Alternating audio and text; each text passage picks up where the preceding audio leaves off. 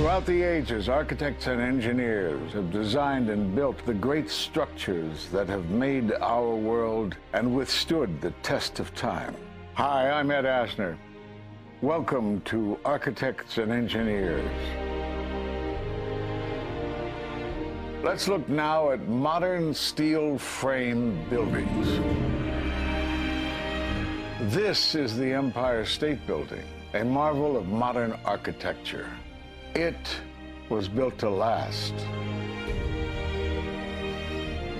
Architects and engineers of today use computers to design and engineer buildings that will endure the forces of nature, such as earthquakes, fires, and hurricanes. This modern skyscraper was also built to last.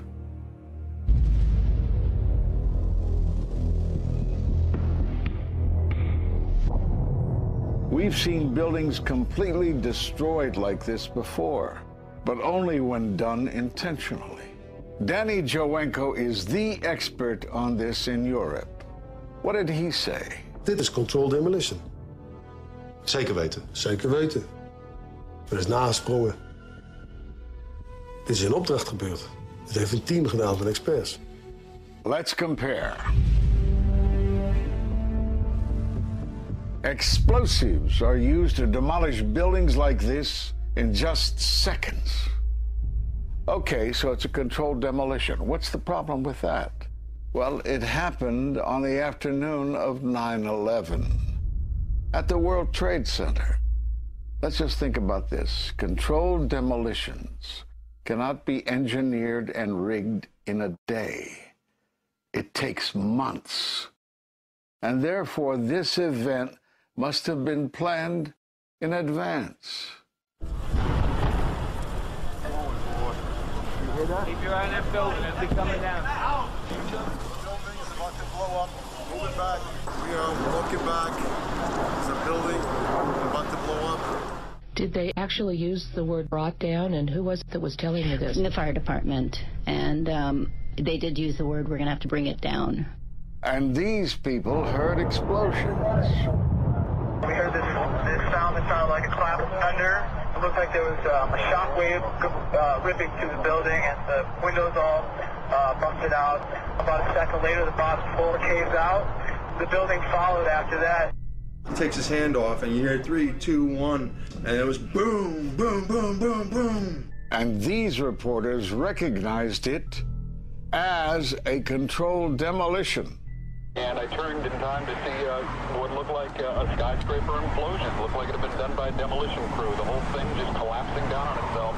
For the third time today, it's reminiscent of those pictures we've all seen too much on television before, when a building was deliberately destroyed by well-placed dynamite to knock it down. It was almost as if it were a planned implosion. It just pancaked. So what's the problem if this was a planned demolition? Well, we are told by government agencies that this building came down as a result of normal office fires. The National Institute of Standards and Technology produced their final report in 2008. World Trade Center 7 collapsed because of fires fueled by office furnishings.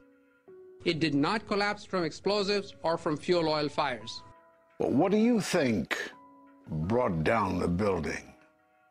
And what caught my eye is more than 1,300 architects and engineers examine the evidence about Building 7's collapse and disagree with the official report issued by the National Institute of Standards and Technology.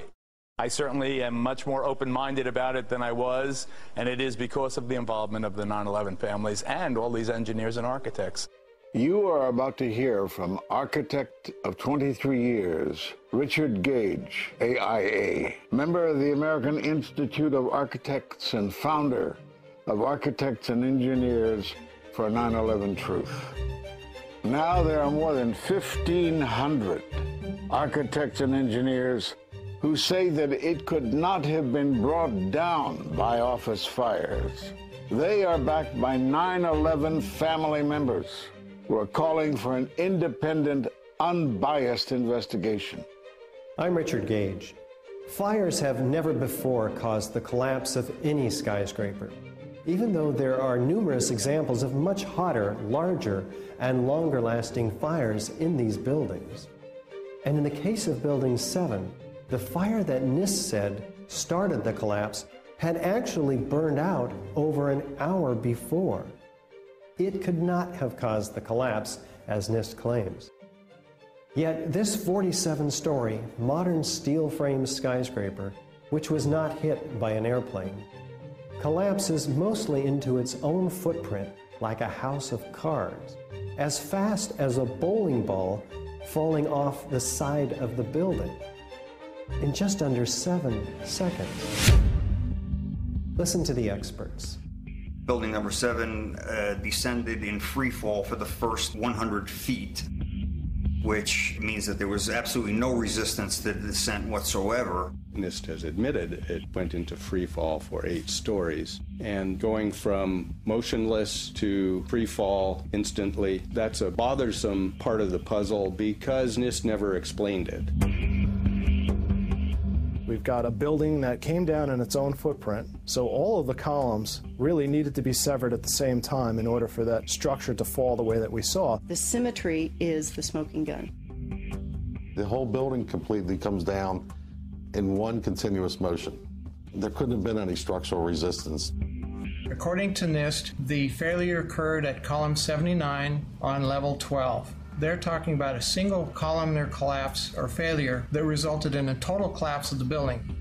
It is possible that you could have a local failure as a result of a connection failing. But the likelihood of that failure dragging the entire building in such a fashion that all the columns would fail at the same time is an impossibility. Impossibility? Yes. What I saw, it was a classic implosion. The center of the core, the penthouse area, starts to move first, and then the building follows along with it. I'd like to know why NIST excluded the document from FEMA in Appendix C that documented the evidence of melting steel. Why is this forensic evidence not being included in the report? In an office fire, you cannot generate enough heat to melt steel. And yet we have evidence of molten iron.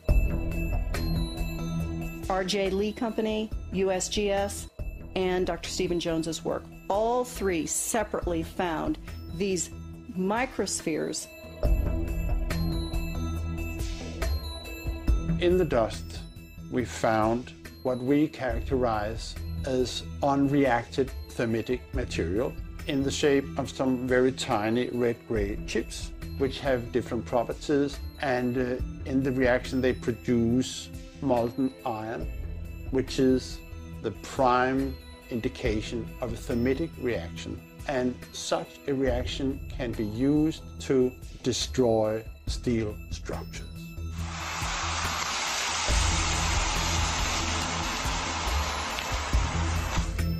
What we have found is a modern version of thermite, which we call nanothermite. There were these iron microspheres present in all of the dust samples that needed to have been formed in extremely high temperatures. I've independently seen thermitic activity within 2 separate independent samples of World Trade Center dust. My contention, based on finding thermite residue in the dust, is that it happened before. It didn't happen after in the fires that ensued in the rubble pile afterwards. All the characteristics of the microspheres tell me that thermite was involved in melting those steel beams. So thermite, if it was present at the World Trade Center and created this molten metal that so many witnesses and photographic evidence shows, would also explain the fact that the fires could not be put out at Ground Zero. The only thing that is consistent with all of the evidence that we have that could cause such a thing is the use of thermite to cut through the steel. You'd get down below and you'd see molten steel running down the channel rails. Like you're in a foundry. Yeah. Like lava. Like it was lava. From a volcano.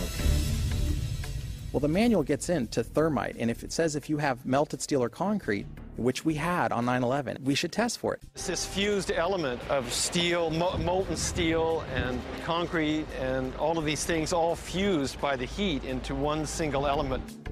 We're asking for an investigation that follows national standards. There's no excuse to not test for this. If terrorists used explosives in '93, why didn't we test for them? If all these witnesses heard explosions, why aren't we testing for them? NIST concedes that they found no evidence for explosives. So then we asked them, well, did you look? And they said, no, we did not look for explosives or residues of explosives. So the preconceived notion of NIST is that there's no evidence for explosives, and so there's no point in looking. That is the most unscientific thing that you can possibly think of, not to look because you don't expect to find evidence, and in fact the evidence is overwhelming. They state these conclusions for which there's virtually no evidence, and then they ignore conclusions that can be drawn from the evidence.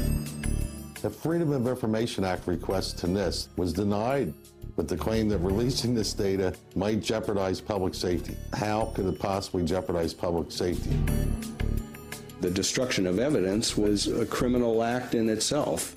It was already being carted away and destroyed when the FEMA investigators got there about a month after September 11th. You can't do science when you are deprived of the evidence and when your hypothesis is the least valid instead of the most likely. When the most likely hypothesis in the case of Building 7 wasn't even mentioned. This is not science. The scientific forensic evidence, ignored by NIST, but carefully reviewed by teams of technical professionals, corroborates the hypothesis of explosive controlled demolition.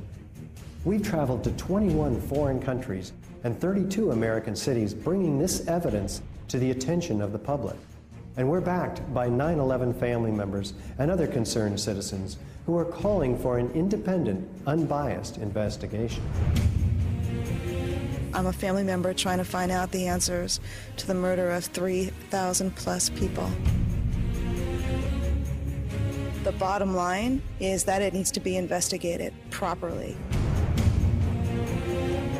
Please look at architects and engineers.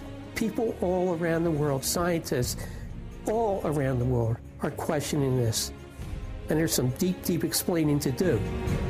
It took some kind of consciousness raising on my part before I was willing to look at the possibilities. And really, you need to go where the evidence leads. As an engineer, and I have 3 degrees in engineering, I signed that petition for architects and engineers for 9/11 Truth some time ago because the American people absolutely need the truth of 9/11. Look at the evidence. In fact, I'll say this very categorically. Any reasonable person who looks at the evidence that's been brought forward has got to come away with the feeling that something has to be done, a real investigation has to be put forward. We will never heal. This country will never, ever, ever forget that day. We have to demand a new investigation. I want justice here. The country owns this. We were all victims. You all should want answers. It's not just ours, not just mine. We all lost something that day.